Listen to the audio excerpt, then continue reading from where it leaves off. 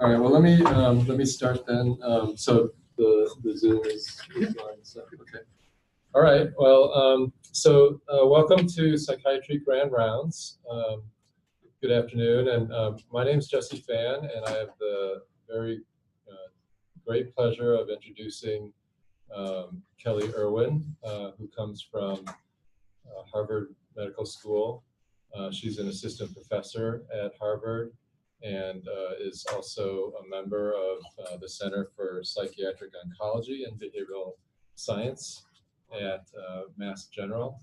And she is a founder and director of the Collaborative Care and Community Engagement Program at the Mass General Cancer Center, where she's received a number of awards, including for clinical care and also for changing the way cancer care is delivered at Mass General.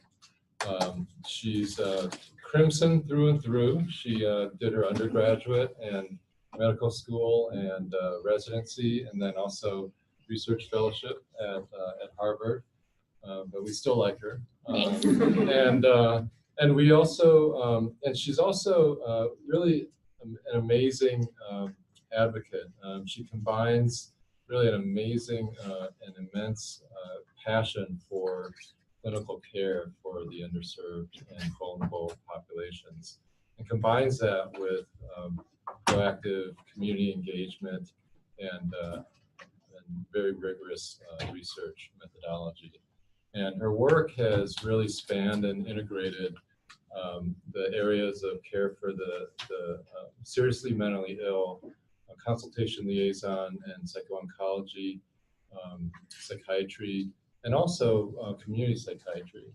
So I think you'll see that the gap, the treatment and mortality gap between for people with serious mental illness and cancer is really alarming, and her programs that she's developed has really an amazing potential for improving the medical and psychiatric outcomes for this population. So please help me welcome Kelly Irwin. Thank you so much. Jesse, I thank you for that really, really kind and thoughtful introduction.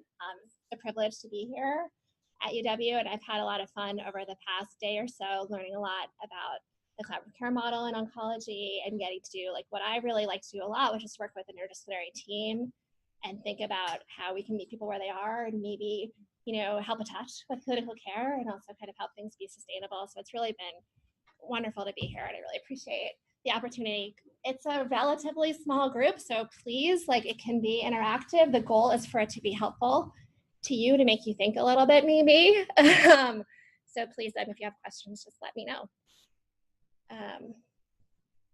So this is Susan Sontag. Some people in the room might not know Susan Sontag, right? Not everybody knows who that is. She was actually writing about cancer here. So she wrote, "Everyone who is born holds dual citizenship in the kingdom of the well and the kingdom of the sick.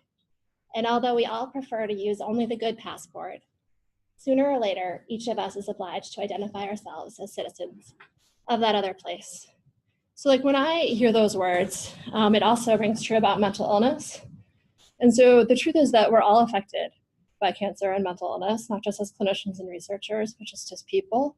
And so that's really the ethos that I try to bring to our work, to the way we define our clinical model and our advocacy work together. So I think if you can try to put yourself in that mindset, it will help you take in what I'm talking about in a helpful way that I hope will stick with you a touch. For me, it really helps to really integrate that kind of personal narrative with what I do clinically and professionally and from a research perspective. So Kay Jamieson, who we were lucky enough to have come to our recent symposium, who wrote about her own personal narrative in An Unquiet Mind. If you haven't read it yet, it's a really good book about what bipolar disorder is like. She writes, "Silence about mental illness bred a quiet ugliness and set in place the conditions for unnecessary suffering and death." And she contrasted this with her experience of her husband's cancer. So he was a psychiatrist who studied neuroscience and schizophrenia at the NIH, and he died from cancer. It was a second cancer. And she was really able to ensure this book, Nothing Was the Same, and it really talks about her disclosing her own mental illness and how different cancer care was from mental illness. If you haven't read it, I think it's interesting. And really, like, silence is tough, right? Shame is really tough. And so, like, we still as a society suck at talking about mental illness, right? We need to get better at that, because that actually is going to change what she's talking about there and have the potential to relieve suffering.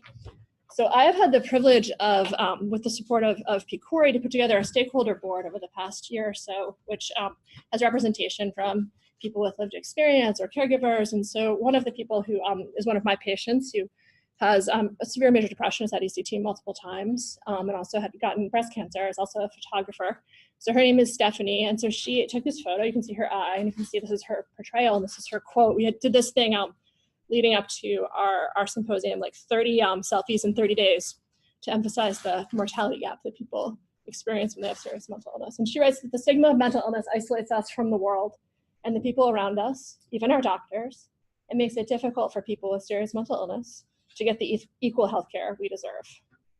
So part of the work is kind of like sitting around a table with people outside of your role and having them feel confident enough to disagree with you about, like, what our research agenda is or how we should redesign care. And so for me, it's been a really rewarding experience. It's kept me engaged. It's also really helped people get better psychiatrically to have that purpose and mission. So if you haven't experimented with having your patients do something with you like that, that's outside of your role, I really encourage you to do that. It doesn't have to be a big thing. Anything you do together could be like planning an event. If you think about who are the people who care about that, it might be people with experience with it. So it's just been really rewarding for me to see how much better people can get. Okay. So if you Google Cancer Center and you Google mental health clinic, this is what you see. And for me, this is like always my favorite slide, because it really conveys a lot. This beautiful glass cancer center. And I have to say, it's so similar wherever I go to speak. It's a beautiful glass cancer center. They're so proud of how, like, much light there is there. And then just across the street or a little ways away, there's either a cement block or a strip mall. It's called Brutalism in Boston, the architectural movement that many of our community mental health centers were founded behind, and it's really hidden. And it's not just that we're investing differently in cancer care or mental health care. It also really echoes the fragmentation, the fact that we're not sharing a medical record, that clinicians are rarely walking amongst those buildings, that patients and families and caregivers have all the burden for integrating the care, even though they might be the most vulnerable. And really, I think for me, signals this need for a different kind of model of care delivery. And I think a lot of lessons within collaborative care that can inform that approach. So John F. Kennedy, I was a fan. I read everything growing up. My mom was a huge fan, right? So he said this, and he has a sister, who was in an asylum for some time, had a lobotomy. Reliance on the cold mercy of custodial isolation will be supplanted by the open warmth of community concern and capability. That was his wish, right? His wish was that we'd take people out of the asylums. We would decrease these state hospital beds, like 12,000 to 600, 5%. That's interesting. But like, wishes aren't enough. You can't just have a wish for something. Community concern is not enough ever, because who doesn't have a voice in advocacy? Who gets forgotten? And I think this is really sadly what happened.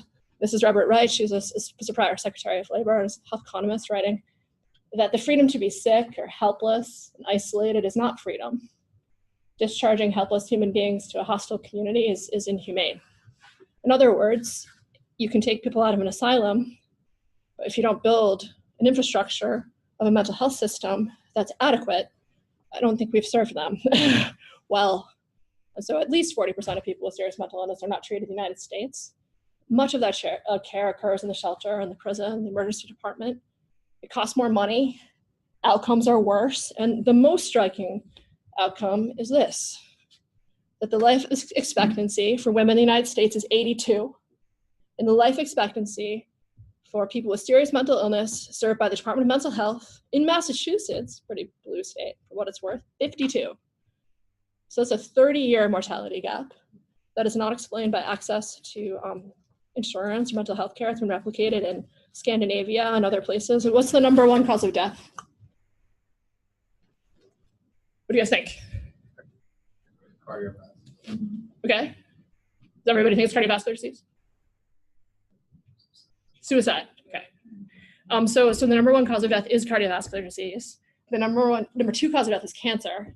And I've never given a talk where someone didn't say it's suicide. So I appreciate you saying that out loud. First of all, like that's how you learn, right? You say it and then you have it, feels weird, but you'll learn, you'll remember. But I think that a lot of people think it's suicide.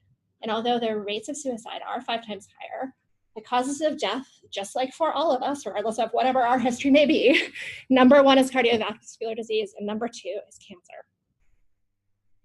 I mean, the story with cancer is really kind of an amazing story with how much care has advanced and transformed and outcomes have gotten so much better. We think about personalizing medicine and immunotherapy. You just think about breast cancer as an example. Over the last 30 years, we've gone from 75% of people surviving to 90%. But the other story that we don't tell as much is that not all people are benefiting equally from those advances. We may think more about racial and ethnic and socioeconomic disparities, but on top of that, people with serious mental illness, and most of our data here is from schizophrenia, are experiencing a double disparity. So people are 2 to 4 times more likely to die from breast cancer, colorectal cancer, head and neck cancer, lung cancer. Importantly, what's really, I think, if I've kind of painted a bleak picture here, we're going to transition into some hope now. What's really important is that a portion of that mortality gap is contributed to by inequities in care. So meaning that people have unequal access to tobacco cessation, they're screened less, they're diagnosed later, and even when they hit the cancer center, when they come in for their oncology consultation at Fred Hutch, or any oncology, or Mass General, we can say, or Dana-Farber, or anywhere, they're less likely to be offered guideline concordant care, have lower rates of receiving surgery, or completing their chemotherapy or radiation, or getting their, probably getting offered immunotherapy. That we have less data on that. They're less likely to be referred to palliative care. And that we know that those inequities in the cancer care continuum contribute to the cancer mortality. That's important because it's modifiable, and I'm like an interventionist, a clinician. At heart, I want to find something that we can modify. So we're going to come back to that in a second. The other thing that I think people don't always know about, I didn't know about this until I started to research it, is that people with mental illness, and I'm not talking about serious mental illness here, I'm talking about mental illness, that's 1 in 5 US adults, are excluded from 50% of clinical trials. So if you look at clinicaltrials.gov and you review exclusion criteria, 50% of like cancer clinical trials, and it's not just cancer, but you can use that as an example, exclude people with mental illness, which I think is a human rights violation, especially if cancer clinical trials are potentially life-saving treatment. We're not talking about this enough. People are assuming that people cannot consent to clinical trials, and that's not true. People can consent. We can change the way we do research to build consent, just like we build capacity in the inpatient setting. There are strategies that we know can be effective here, and so we need to change this, I think. And ASCO, to their credit, the American Society of Clinical Oncology has taken really important steps to start to think about how we can expand the clinical trial population. 5% of people or so, are in a cancer clinical trial, and that's horrible for science too, right? Because you don't get data on how to treat people with complex needs, and you don't know how to apply cancer treatment protocols to vulnerable populations. So there's multiple reasons why this needs to change. I think the other thing is just like, it's true. Sometimes this feels overwhelming. Sometimes we feel helpless. We did qualitative interviews with oncology and mental health clinicians, about 33 of them, and this is what a medical oncologist said. She's an excellent medical oncologist, really cares for the vulnerable, hardworking. There's a groan that's uttered when you're taking care of a person with schizophrenia. And I imagine that lack of enthusiasm translates into poorer care. And that's just totally true. And I think we need to acknowledge that and then think about how to make it less hard for people by creating teams, right? Like the collaborative care model does. So does anyone know what this is? It's a tough one. You might know, you should know. All right, it's a bridge to Chelsea. So it's a bridge in Boston between a really low-income community, which is very diverse in Boston. And it's up here because I'm gonna tell you a story about a person that I cared for who participated in our clinical trial who's from Chelsea. So he's about 40, he grew up in Honduras. He's partnered. He had a severe history of trauma growing up. He has HIV. He has bad alcohol use disorder, drinks 10 to 12 drinks a day, maybe more. He has schizoaffective disorder. He hears voices constantly telling him to kill himself. He's been banned from the bus in Chelsea. Takes a lot to be banned from the public bus in Chelsea. And then he was diagnosed with an anal cancer. Anal cancer potentially could be cured, but the treatment for anal cancer is not the easiest. You have to have like radiation and chemotherapy. There are side effects. You have to come And so that was the story I heard. Hey, Kelly, there's this person who he'd had a psychiatrist off and on, but he never came consistently. He wasn't taking medications. He wasn't, and he was drinking actively and actively suicidal. And so he came into my office, and I was like, whoa, right? There's different ways to think about this. So we could honor the fact that we felt helpless. I certainly did in moments that he has these loud voices telling him to end his life, that he's depressed, that he's stopping his medications, that he's isolated, he's drinking alcohol, he has this trauma, he's not working, he's banned from the bus, and really most importantly, this profound suffering. But what I would argue when we talk about what person-centered care is that the more helpless you feel as a clinician, the more you need to search for the strengths. And so I really didn't do a very good job telling you about this person that I met, right? There's a whole other story that I could tell you.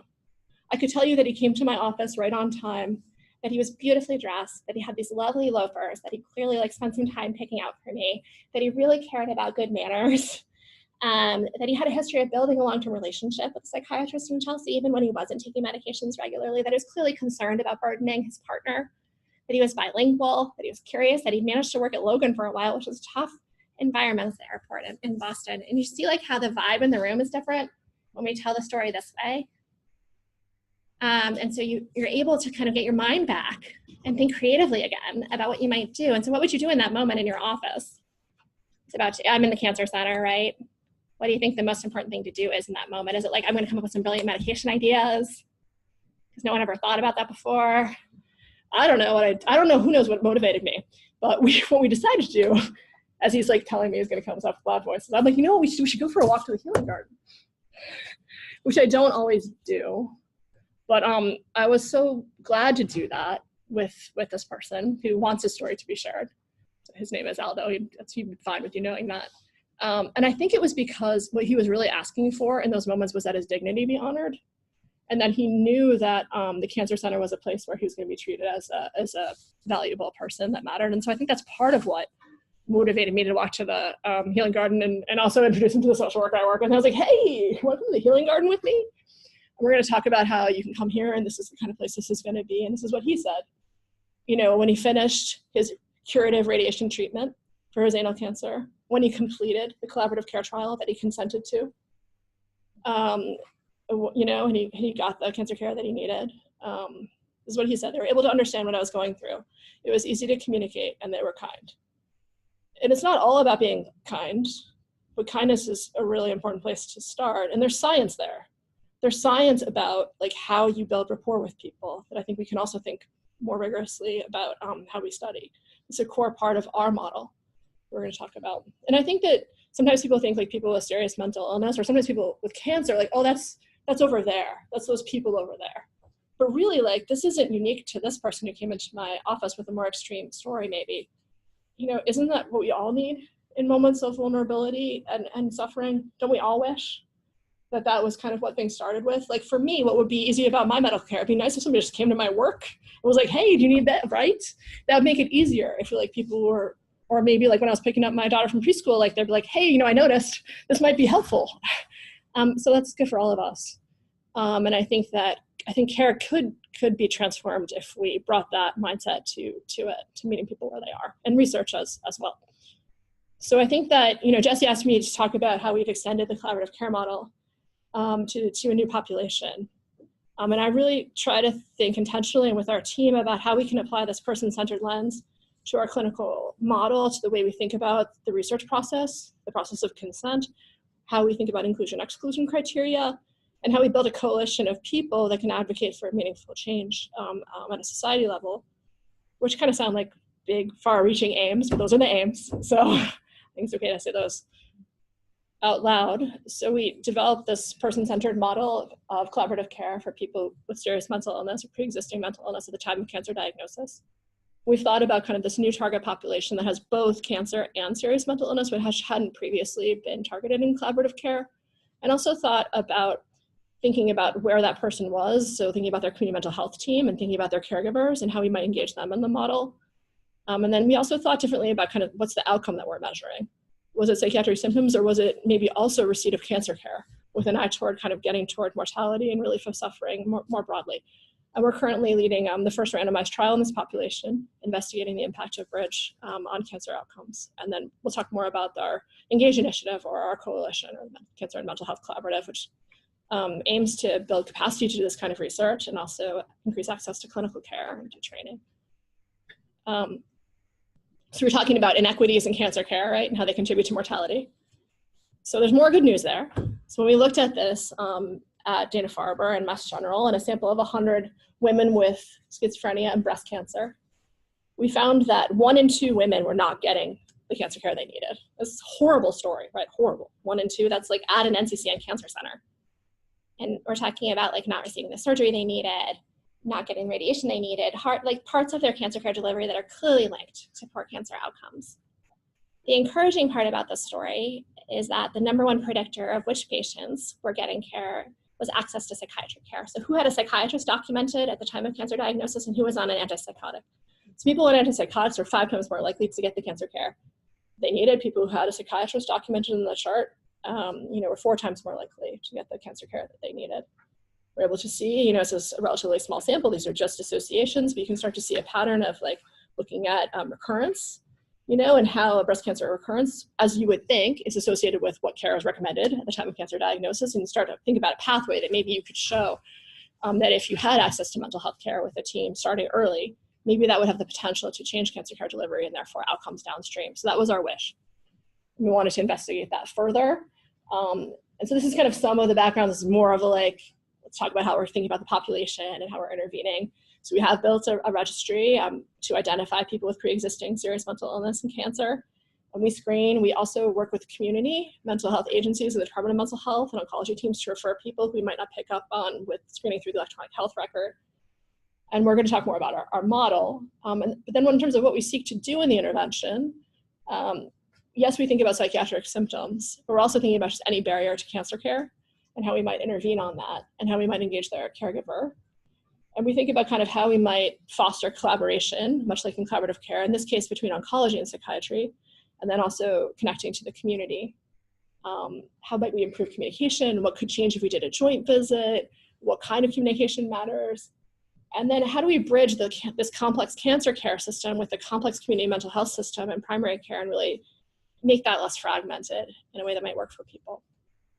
So normally in cancer care, a person gets diagnosed and there's the person and an oncologist in a room, right? And anybody, I don't know who's ever had that experience, you don't remember anything that's said the first time. Hopefully you have someone who can come with you, can listen, or you record it or something, because it's just overwhelming. You're just diagnosed with cancer. It's incredibly stressful and a lot. So wouldn't it be ideal to identify that person's caregiver? Now we know that most people with schizophrenia at least are not married. So who are those caregivers going to be?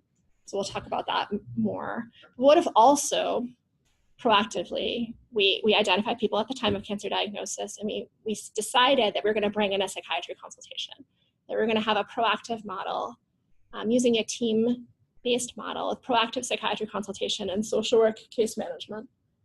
And we were going to develop an integrated treatment plan that both thought about their mental health treatment and their cancer treatment.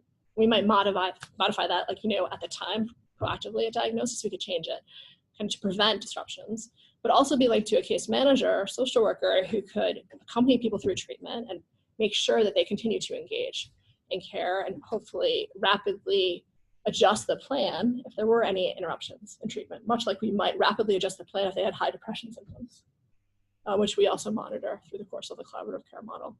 And so our hope then was that the person at the center, with this person-centered framework where we ask people, and try to identify, because words aren't always the best way to ask that. Sometimes it's just like observing stuff about people's lives. Like you can tell when someone wants to stay in their group home. And so you can frame their care around that. And that's a different kind of conversation. So with the person at the center, integrating their caregiver with a proactive psychiatry consultation and social work case management with integrated mental health and oncology care, that our hope would be that people be more able to receive their cancer care and therefore have better outcomes. That's what we're investigating in the clinical trial, and that's what our clinical program tries to do. So we could look at this in pictures. All right, so this is 80. She was at the symposium. She's also perfectly fine with you hearing her name. So when I met her, she was in the same-day surgical suite.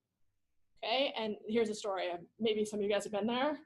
She can't have her surgery because she's not nobody to drive her home. Oh, isn't that the worst? First of all, I would have wished we'd planned that ahead of time. It's a great page for me. I'm like, well, like, you want me to drive her home? Like, it's tough, right? But so I could have said, well, that's not my job, right? I could have said that to the oncologist who paged me. That would have been one option for what I could have said. And I'm not going to say I've never done that. Of course I have. Like, we've all done that in moments. But in this case, with this framework in mind, right, we went over and we met her and we're like, well, you know, we're going to have to probably start again, but we can work on a way to get you transportation home from the hospital. And I talked with her and I learned that she was fairly disorganized.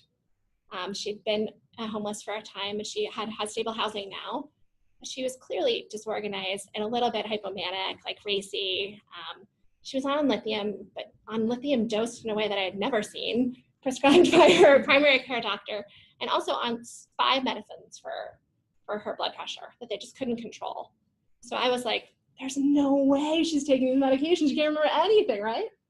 So the intervention isn't add another medication, it's get her a visiting nurse, right?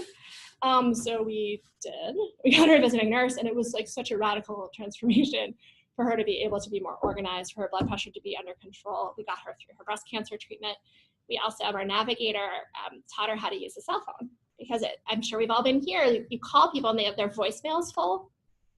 Oh my goodness, how much time have I spent trying to leave messages for people? I was like, enough with spending time on this. Buy our phone. We're going to teach, but it takes a lot of time to teach someone how to text and use a phone. And so it's really important to have a team where you're really thinking about how to use different people's time and able to go into someone's home and really work on that and understand that in that moment, learning how to use the phone is the most important part of her care delivery. Therefore, she can, communicate with the clinicians on her team. And still a work in progress.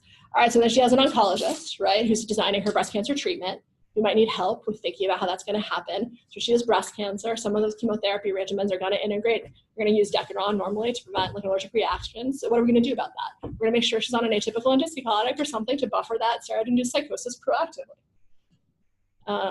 So that's me and the social work case manager that we work with. So it's really important, again, here to have this team-based care, much like collaborative care goes. And that's my navigator with Kriya with the sunglasses, who was able to teach her how to use a cell phone, go to her home. And then this is a group home manager. It could be a visiting nurse. It's someone else who's there who can call us from the home, and we can get real-time data about like what medications is she actually taking, so that it's not just our team going out to the community.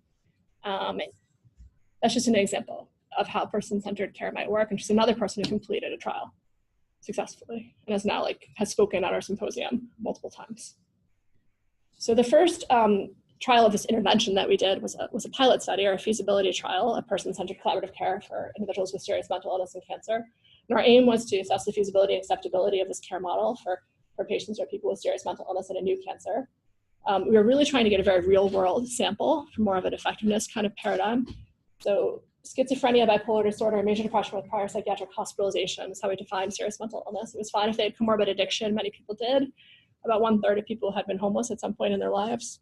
3 or 4 were homeless during the trial. And we really wanted to start at the time of cancer diagnosis, and they had to have some ongoing care at MGH and be able to complete self-report measures with assistance. That was it. It was a 12-week trial, individualized to patient, caregiver, and clinician needs. The model was a psychiatrist, me, and a social work case manager. It was 8 hours of social work case management time. That's it. For these 30 patients. It was a proactive approach to talking with oncology, and we monitored the PHQ and the GAD-7 and the BPRS, a brief psychiatric rating scale, which is a clinician assessment of psychiatric symptoms that we use sometimes for people with more serious mental illness and different diagnoses. And we monitored quality of life and whether or not they got through their cancer care. But really, our primary outcomes here were, is this feasible? Is this acceptable to people? Can we enroll people like this in a trial? What do you think people said to me when I said I wanted this pilot study? Were they like, what an awesome idea? No, no one said that. They said, there's no way you'll be able to enroll patients like this. Why do you always want to do stuff that's so hard, Kelly? Couldn't you just make it easier? That's patients that are normally in research. I'm just saying this out loud for people who are going to go on to go and have ideas. I just want to be transparent that people mostly said, that's a really bad idea. I'm worried it's going to be really hard. It was like the 3rd or 4th grant application that got funded. And yet, And we had a lot of ideas about how we might do research differently. So I don't know who's been part of a clinical protocol consent process recently. Anybody? So it's like a 14-page document of legalese. It's paranoia-inducing for anyone and doesn't build understanding. So why would we do that, especially with this population? So I argued for months with the Institutional Review Board about why we need to do a verbal consent, why we needed to have a conversation led by a clinician where we used a protocol, the assessment of capacity to participate in clinical research, which is validated, has been used in multiple schizophrenia trials, where we really assessed, does this person understand the purpose of the trial, the risks and benefits, where we could have multiple conversations over time and really build understanding. So it's a verbal consent process.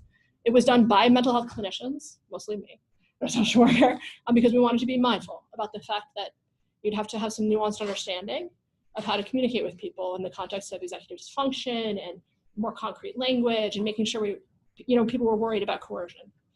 And then we really were mindful of this fragmented care we talked about. So we really tried to meet people where they were in the context of their cancer care, maybe in their group home to consent them, or to follow them through treatment, and had joint visits with oncology when we could. And this is how we identified people. We didn't have a fancy registry yet. So it was like screening chart, which my half-time research assistant did with me, and then referrals from community mental health agencies and from oncologists. And so the sickest people here are their community referrals. These are people who hadn't accessed care.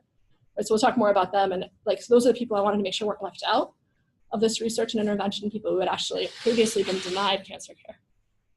So if you've seen a lot of table 1s from cancer clinical trials, this is totally different from what it normally looks like at Mass General. So normally it's like mostly white, which it still is, but mostly rich, mostly married, mostly educated people. So you can see here a couple of things. Mostly people have never been married. Only 14% of people are living with a partner or a spouse. There's a large contingent of people here are living in supportive housing or transitional housing. This is a sample of 30. It's just a pilot study of 30 people. It's a small study, but just to give you a sense of kind of people. So many people are on disability. Most people had Medicaid and Medicare insurance, or dually eligible. Most people were poor. In terms of symptom severity, people had severe symptoms. Maybe BPRS was over 50. A lot of people, had their depression scores were over 10 or 11. It was a sick sample. In fact, and I was the medical director of Clozapine Clinic, one of the most ill samples and groups of people that I have had the privilege of working with. So I can say most people would have not been approached for clinical trials. So who are their caregivers? This is really interesting to me and something we really learned a lot about in the first pilot study, because initially the trial didn't intervene formally on caregivers. We included them as part of the care delivery model. So 20% were spouses, 35% were community mental health staff members. So if you think about people with schizophrenia who've lived in a group home for 10 or 20 years, who are the people that are advocating for them? It's really their program managers in their group home, hopefully if they're lucky. And no one was really supporting them or thinking about how they might be a key part of cancer care delivery. And then there's also family members, so children, parents, siblings. So this is what one program manager said. It's been extremely difficult because she doesn't have any insight into the risk if she doesn't get her cancer treatment. Really hard to know what to do in that situation. So our goal was enrolling 30 patients in 15 months, and we enrolled 30 patients in 4 months with an epic rollout. Our goal was that 50% of patients would consent to this trial and 90% consented, or their guardians did. Our goal was that 75% of people complete all their assessments, 100% had their clinical assessment, and 88% completed all of their self-report measures.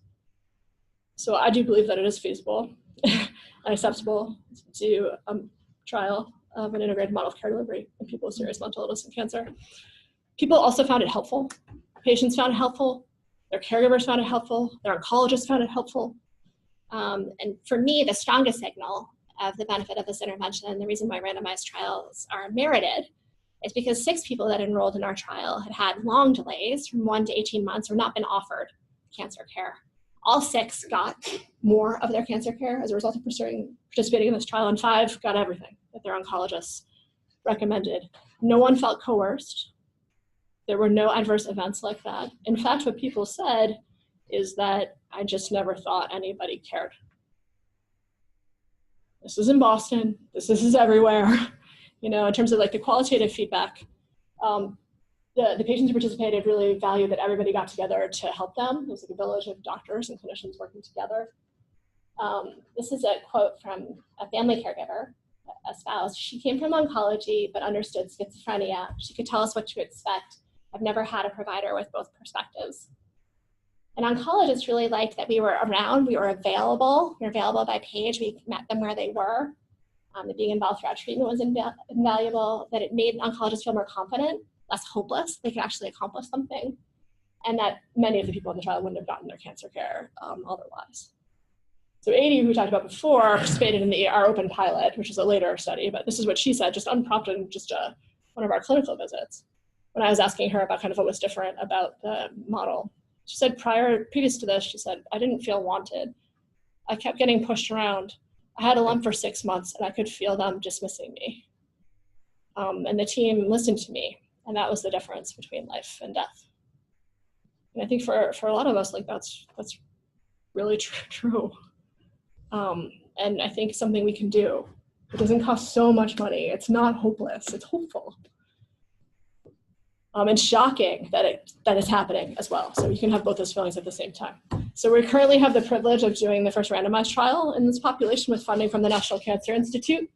So our primary aim is to investigate the effect of the bridge model, it's person-centered collaborative care, on cancer care, on completion of cancer care, on this metric of disruptions, which is a combination of delays to treatment initiation, deviations from what's recommended or received at the time of cancer diagnosis, and interruptions in planned cancer treatment that we validated in breast cancer. And we can talk more about that in a second. Our secondary aim is to assess the effect of this intervention on patient and caregiver reported outcomes, psychiatric symptoms, physical symptoms, activation in care, caregiver burden. And then our third aim is to identify barriers and facilitators to implementing and disseminating this intervention in the community, to get it beyond the cancer center and into other community sites so that more people can benefit from this model, thinking about the iterations of what that model might look like. So in terms of our inclusion criteria, we modified it to stage 1 through 3 cancer, or suspected stage 1 through 3 cancer for this trial, with an eye toward hoping to start to show a track toward mortality, and there being more clear consensus on what national or NCCN guidelines are for cancer care for those stages. There's clearly a sense of what you should be getting. It becomes more complex with stage 4 cancer in terms of thinking about what's person-centered care. So these 4 cancer types, which we included in the pilot, where there's clear mortality gaps for people with serious mental illness, within early near their initial oncology consultation with some follow-up care planned at the National Cancer Center. We also thought a lot about how we're going to define caregiver for this population. So a relative friend or community mental health staff member who accompanies the patient to an appointment or participates in cancer care decisions, either lives with the person or has in-person contact once per week on average.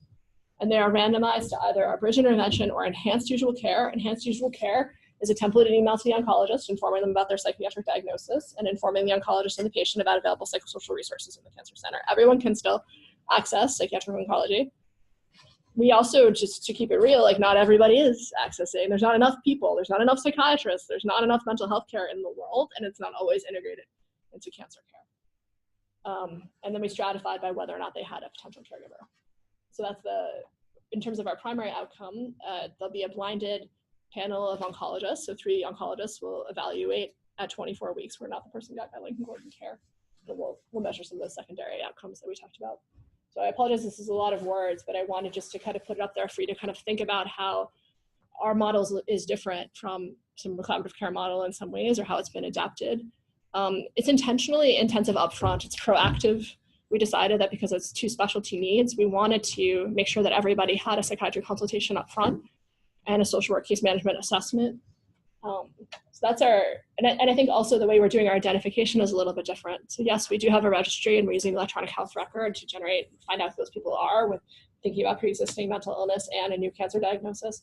But we're also systematically building relationships with community mental health agencies at multiple levels. So program managers, nurses, administrative people at the Department of Mental Health, with the aim of identifying people early who aren't getting care and engaging those people in cancer care delivery research. Our team is, it's a team, so it's not super different. It's a social work case manager and a psychiatrist, but the psychiatrist has a little more intensive role in this model. Not with everybody. For some people, it's just an assessment and then we step down, but often, because there's, oftentimes more specialty care that's needed for people with serious mental illness.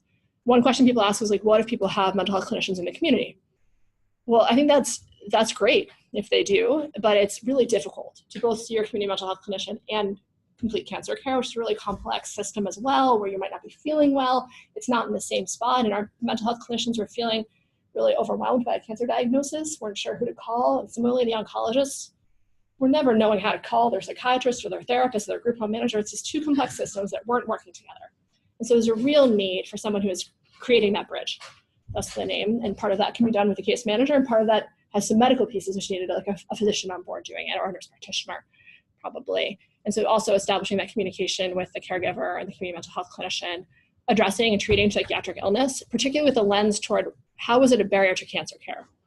And what is this person's goals for their cancer care? What are their own words to describe that? And how are we going to shape this care delivery in a way that meets that? So it's person-centered care. As a team, we do one joint visit with oncology, and be on the phone. We see people where they are, so we do home visits when they're needed. We see people at rehab. We see people in the hospital. We're available for consultation. My social work case manager and navigator use cell phones with texting. That's people communicate via text in the world. It's much more efficient, particularly with visiting nurses and group home staff. I have, and the other psychiatrists who work with us, we have pager coverage. We're available 24/7. I carry a pager. I'm used to that. But I think it has a lot of meaning for people to know, especially with complex needs, that there's a person they know who's going to know what's going on, who's part of their team. It's not like I get called all the time, but it is important to say out loud. There's a proactive communication model where our case manager or someone is reaching out to the patient every 2 weeks. Someone's reaching out to the caregiver every month. Someone's reaching out to the oncologist every month. And we do that for 12 weeks. Then we step down to every month for 12 weeks. And then it's titrated based on the person's individual needs. We track cancer treatment and psychiatric symptoms. So there's an EHR-generated report of who has an appointment, who's been hospitalized. We track hospitalizations, ED visits, oncology appointments. The case manager reviews the electronic health record weekly, and we have a structured case review with the psychiatrist and the navigator and the case manager and sometimes our research team, depending on what we're doing. And we try to focus on people who are higher needs. We both trigger psychiatric symptoms and people who haven't come in, their cancer appointments or some other cancer care-related barrier or something that we can anticipate. And then our hope is to really maintain communication with the community mental health team. We have a structured way in which we do pass off at 12 and 24 weeks. And sometimes it's really difficult to find ongoing mental health care for people in the community. We do our best, but we do end up following people, some of them, because there's really isn't another option sometimes. I mean, so I think, for equity, we really need these kinds of bridges. I think this person-centered approach has potential. And one of the gifts of coalition building is like new ideas can emerge. So one of the things that was a really common barrier for people in the community was that people weren't getting their mammograms. And people had other priorities, So like, for example, there was this woman who lived in a group home, but a lot of times she went out with her husband and she drummed during the day. She was a drummer. Just how she made money is how that was her life, But you might catch her just on a day she showed up. Why do you need an appointment for a mammogram? You don't. So we set up a system with same-day mammography. You don't need an appointment anymore. You can just show up. And that has really helped us get higher screening rates. And we'll be able to do that with lung cancer screening. Also, if you think about a community mental health clinic, so if I think about the one I know, which was a Clozapine clinic, so 200 people with schizophrenia, pretty severe schizophrenia, mostly on Medicaid and Medicare insurance. Those 200 people, do you know how many different primary care doctors they had? 93. You know how many clinics they were seen in? Over 30. Why would we train all of those PCPs to do lung cancer screening that's targeted to that population? It's probably not the most effective approach. So we're piloting a process of embedding lung cancer screening shared decision-making in the community mental health clinic and doing that in groups, and then bridging the communication and having a navigator walk people over for lung cancer screening at MGH. Because they're coming monthly anyway, it just makes much more sense, and this echoes a lot of the work that Lydia has done. We also do second opinion consultations to the state, to the Department of Mental Health, for people who aren't accessing cancer care. So you'll hear about people who might not be accessing care. I often hear about them, or a social worker does. And oftentimes people don't know enough to know if they're getting cancer care because cancer care is incredibly specialized. So then I can track down a lung cancer specialist who knows about immunotherapy, and I'll know enough to know what I don't know at least. And so then we can do a team-based approach to consult and make sure that people are getting adequate care, because they mostly aren't. They mostly aren't, even though they think they are. And sometimes it's so egregious. It's like people aren't getting biopsies before their cancer treatment is given. People will say sometimes that a place that has an oncologist 3 days a week is a cancer center. It's not a cancer center.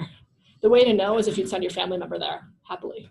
And if you wouldn't, then that we need to be honest that we're saying I don't value your life as much by not trying. Just to keep it real. Okay, you talk to me all night, it's cool. So these are selfies. These are members of our coalition, people who participated in our campaign. 30 selfies in 30 days for the 30-year mortality gap. Next year, it's going to be like a challenge. So 30 of something, like eat 30 M&Ms or walk up 30 steps. You guys can think about what you want to do now. It's getting pumped to like follow our coalition on social media. Because we're a coalition, it matters how many people are part of it. You don't have to do anything. You're just saying, I care about this issue. I believe that mental health should never be a barrier to cancer care or palliative care. I think everybody's life has the same value, right? That's all you're saying by following us on Twitter or becoming a member of our coalition and getting our blog. But I think it's just such a cool collection of images. It's like everybody from the Deputy Commissioner of Department of Mental Health, the Chair of Psychiatry, BNAs, group of managers, a lot of people with lived experience, little kids, researchers, so in the bottom there, so 1, 2, 3, 4. So like in radiation, when you finish, a lot of people ring a bell. So that's right after you ring the bell.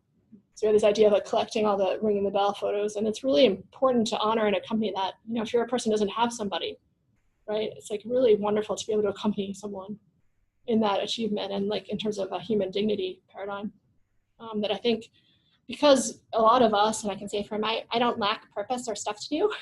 So I have to remember that that's not true for a lot of people that I care for, and that it's a really meaningful intervention to give people a piece of that.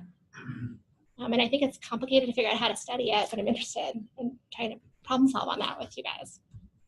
So the Engage initiative is a coalition dedicated to ensuring that mental health is never a barrier to cancer care that brings together people with lived experience, researchers, clinicians, advocates. It's a partnership funded by a PCORI Engagement Award, and that we're hoping to grow from a statewide coalition to a regional and national one, which brings together, the American Cancer Society, the Department of Mental Health, the National Alliance on Mental Illness, community mental health agencies, Mass General, Dana-Farber Harvard Cancer Center. Jesse's spoken there, Lydia's spoken there. A lot of different kinds of people coming together with the idea of saying that this matters and like we need to learn from each other. 75 organizations were represented, I think, this past year. And it's not to be like too much on a soapbox, but this is the issue about clinical trials. So I was very grateful to the Journal of Clinical Oncology for publishing this editorial. That, given our mission to close the cancer mortality gap, we have a moral imperative to gather generalizable evidence that can decrease disparities in cancer outcomes for a population that's facing significant barriers to care. I think we all get that as mental health clinicians, but I don't think enough people know about that. And so there's a solvable way we can do that by just changing default eligibility criteria that are often templated. That's not going to solve everything, it's going to solve a lot. And it's like a doable change right now. So one of the things we did this year is an art initiative. So we in addition to the selfies, we had large black and white selfies, and people created this batik. And so this is a family caregiver. This is our navigator. I should know that one. The strength doesn't come from what you can do. It comes from overcoming the things you thought you couldn't. For me, it's just such a nice experience to get out of the clinic and create something with people, right? It changes everything, doesn't it? So the people that are my patients, it's not always super, I'm not going to say there's never an awkward moment, but when people say something like, thank you for inviting me to participate in this important work. Thank you for asking me about what you think the website should look like. When people can be reminded of the strengths they bring to the table, I think that can be a gift we give people. So that's personally been very rewarding for me. It keeps me interested in going to work. So I think that that's important. So individuals with serious mental illness experience premature and increased cancer mortality, in part due to inequities in cancer care. You're gonna remember that's modifiable, that access to mental health treatment matters, that we can decrease this shocking 30-year mortality gap, which is one of the largest experienced by marginalized populations in the United States. That this approach of integrating proactive psychiatry consultation and case management is feasible, it's acceptable, it shows promise at improving cancer care. That people can participate in clinical trials with targeted procedures, and we need to re-examine exclusion criteria, and that randomized trials and community engagement are needed to advance equity in cancer care and research and improve outcomes for people with serious mental illness. So join us, follow us on Twitter, be part of the coalition, check out the website, let me know what you think's missing. Join the dialogue, tell me what you think matters about it. We're gonna put out our Google Doc, which summarizes the symposium with people's feedback from the session that Lydia led, and there'll be questions in there that you can respond to. You can say, you know what I think, Kelly, I think this. And then it'll be up there, it's like published on the website. So share your voice. And I just really wanted to thank all of you guys for listening and for the kind invitation to come to the University of Washington. I'm really appreciative, Jesse, of your mentorship and kindness and caring about this issue nationally. Yeah.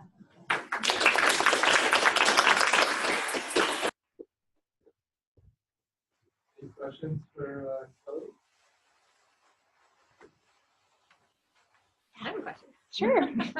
This is just such fantastic work, Kelly. Thank you. It's really amazing to see this. I'm curious, well, I'm curious about a lot of things, but about the caregiver role in particular, and thinking about, given the variability across, if there even is one, like how you're thinking about, is that structured? Is it really just tailor, just trying, the team figures out what is appropriate, or are you thinking about?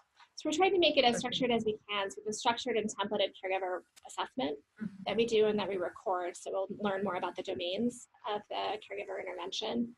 We've done some focus groups, some preliminary work on this. I think that it's true that family caregivers are different, but there's this interesting group of people that, I don't know, our navigator actually was a program manager in a group home for a person who participated in the first trial.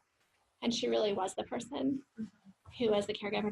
There were a lot of similarities actually with being the person who was integrating the information, being present at the appointments, experiencing the loss, the frustration of when you disagree on things. The measures we're collecting, I think, aren't perfect. I think that there's a real need for research in general on different types of caregivers other than spouses. So even forget the serious mental illness thing, just looking at children and siblings is innovative. People aren't doing that enough. And a lot of people, who've lived with someone with mental illness or not, the ways in which you're interacting around cancer might be different. This might be a person that has done some stuff that you weren't thrilled with in your life, and so you're coming together again. It can be complicated and messy, or it can really be an opportunity to really accompany people and you've always had a great relationship. It's just different, and so you have to kind of ask people, what was your relationship before? How much do you know about their mental illness? What role do you want to have now? But we also ask more caregiver-centered questions about kind of who are the other people you're caring for in your life? How are you spending your time?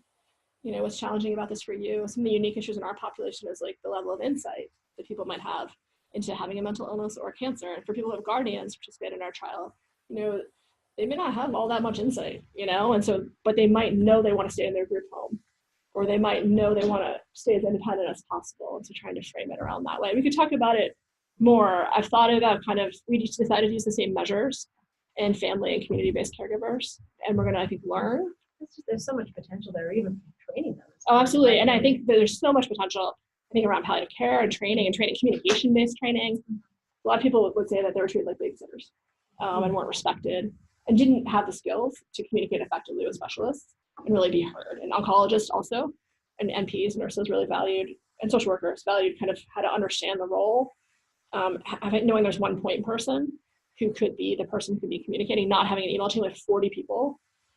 Anyway, we go on and on about that. I have a question. Great. Okay. So two questions actually. One is, I think I saw that you mentioned that on average the care manager spent about 8 hours per patient. No, I mentioned that she had 8 hours for the whole trial per week. So she was working just 8 hours a week on this intervention. So I was curious. So I might have done a little bit of care management for that first trial, eh? And so I'm pretty good at it. I mean, you're obviously a powerhouse and very energetic. But for each patient, how much time would you say you kind of spend on each? It's patient? super variable. Sure. So there are some patients who have an assessment and literally we spend 10 minutes contacting them for the contacts. Right. There are other patients, like the patient I mentioned when we started, Aldo, who had 20 contacts around his diagnosis. With me or our case manager, 20. We actually are tracking time so we can give you more detailed information, even from the open pilot. But so for example, for him, it was intensive as a psychiatrist because I had to, convince our oncology colleagues that an inpatient oncology admission was the right thing to do to give him his first round of chemotherapy and radiation. And that took some work. That wasn't the initial thing that people wanted to do. They didn't want to do that. And I was like, well, it's curable cancer, he's going to die. So more advocacy. And then I personally had to show up a little because they were scared because he was actively hearing voices saying he's going to kill himself. It was scary for the oncology nurses. So a little touch more presence was important there to teach the radiation oncology nurses, the inpatient nurses, and then kind of be able to pass that off. And then once we got through that first, he actually did great.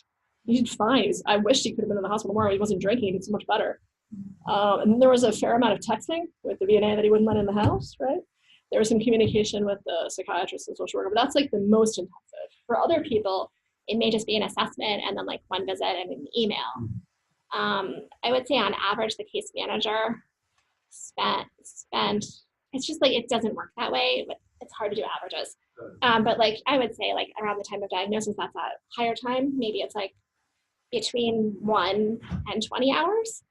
And then oftentimes there's, maybe once a week, 2 to 3 hours, unless it's someone who's really encountering a barrier.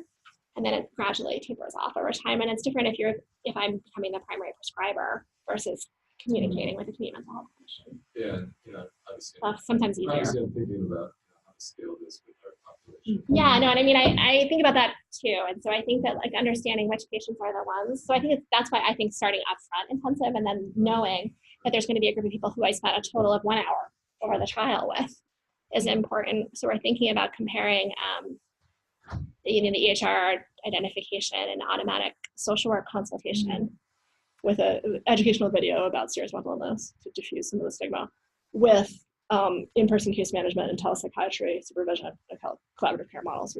That's one of the grants we're thinking about. My other question real quick is, a lot of the care manager's role obviously is case management, which is what they need. But not all. Did you have a kind of standard training for certain core brief interventions? So I mean, I think I was very privileged to be working with a very experienced therapist who had a good skill set around behavioral activation and CBT and motivational interviewing that we integrated into the intervention. As we expand to include more people doing that role, I think we have to be mindful and actually thinking about the training the navigator also in some brief interventions, exactly, especially behavioral activation, but maybe a touch of motivational interviewing and boundaries certainly, but also just learning about communication and tracking. There's a lot of training around collaborative care model that we did do a lot of, and there was a lot of training. The social worker that I work with had a lot of experience in oncology, but not a lot of experience with serious mental illness. So I did a lot of training on like, this is what the community mental health system is. These are the drugs we're going to think about. This is what a VNA does. And I had to learn. Like, I thought I knew a lot about how I was in a clozapine clinic for 6 years, and I thought I was fairly person-centered, but I had no idea about how to work effectively with a program manager and really understanding the multiple levels of people within a community mental health agency and how actually Department of Mental, who the heck knows unless you're doing it. So we had to teach each other. Yeah, so I'm sure part of the process is after their cancer treatment, getting them plugged into mental health care of some sort afterwards. Any pulse on how easy that's been, or? Yeah, I think it's a challenge. I mean, so ideally, if they have somebody in the beginning, we don't lose them, right? We provide them some support and let them know that we're available as a consultant. And that in that way, we're hoping that the community-based nurse practitioner, like we can take them on when they're here in the cancer center, but we're with the goal of passing them back and them knowing that if they ever have a problem, they can just call, that we become a consultant. It's very difficult to get people to take people on Medicaid insurance with schizophrenia and cancer. Like if you have found a solution to that, awesome. I think it's hard. I think we try and we're trying to be proactive about it. And and that's part of the reason for a coalition as well, is maybe we could help social workers in the community feel more able to care for this population. If we provided training, if we were available, if they rapidly got access to psychiatry, like that might be an incentive for them to take on more of these patients. Sorry, I know we're probably running Oh, it's fine. but I was People can leave if they need to leave, just leave. It's cool. I was curious. It seems like this system sounds like really effective, but it depends a lot on a person having like a primary care provider or like a care provider, whoever that person is, like a person in their home or, like you said, a sibling or a child or something. They don't have. They don't. Okay, that was my question. No, what about so the people only who are 2/3 of homeless people or? have person, 1/3 of people don't. They're certainly able to participate in the trial. Okay. We brought the caregivers in later. It wasn't the first intention of the Okay. model, which just made me notice that was really important. Okay, so it applies even for the folks who don't really have a person. Absolutely. I think it's hard. Harder, In maybe. some ways, sometimes it's not, because then you have to deal with all the Yeah. different people are different. Okay, I understand. Thanks. But we're over time, so we should probably Yeah. wrap up, but maybe you can stick around for a few minutes. Yeah, until Amelia and I have to go out to lunch. That's important. But no, I'll be here until like 15. Thank you.